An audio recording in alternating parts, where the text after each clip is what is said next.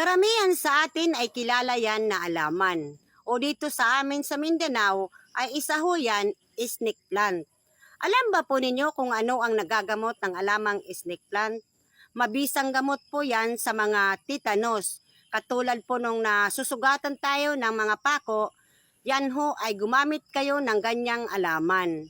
Tuturuhan ko po kayo kung paano mag-process ng alaman na ganyan upang ay balunasan yung mga titanos, yung sanhi ng pamamaga ng sugat ng lansang o kahit anong mga nakasugat sa iyo basta namamaga, yan po ay isa ring gamot.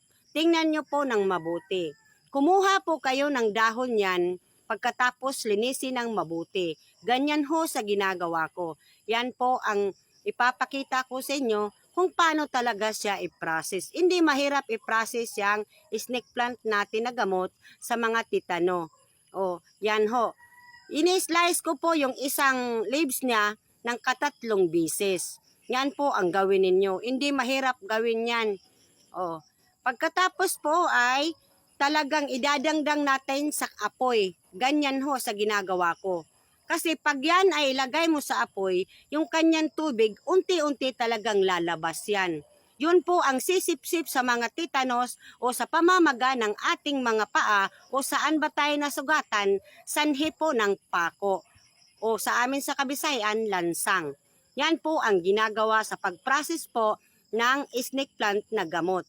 Yan ho, tingnan nyo, yung kanyang mga dahon talaga may tubig pang lumalabas. Yung tubig po na lumalabas sa kanya, yun po ang sisip-sip sa pamamaga ng inyong mga paa o saan banda sa katawan nyo na may sugat, sanhi po ng mga pako o mga titano na mga sakit. O yan ho, tingnan nyo mabuti, linisin talaga ng mabuti yan kasi pag mainit pa, siyempre mainit yan, huwag nyo kaagad ilagay dahil nga mainit.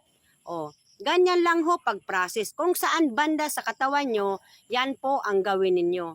Madali lang yan. Talagang sisip-sipin niya yung mga titanos po na sanhi ho ng mga pako o kahit ano pang bagay kung namamaga yung mga paa nyo na pinagyarihan ho ng mga sugat.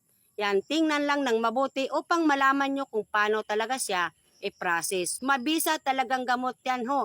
Tested ko na sa anak kong babae. Yan ang ginamit ko dahil nasugatan ho siya ng kawayan dito sa amin. Hindi ko alam kaya yan lang ang ginamit ko sa kanya.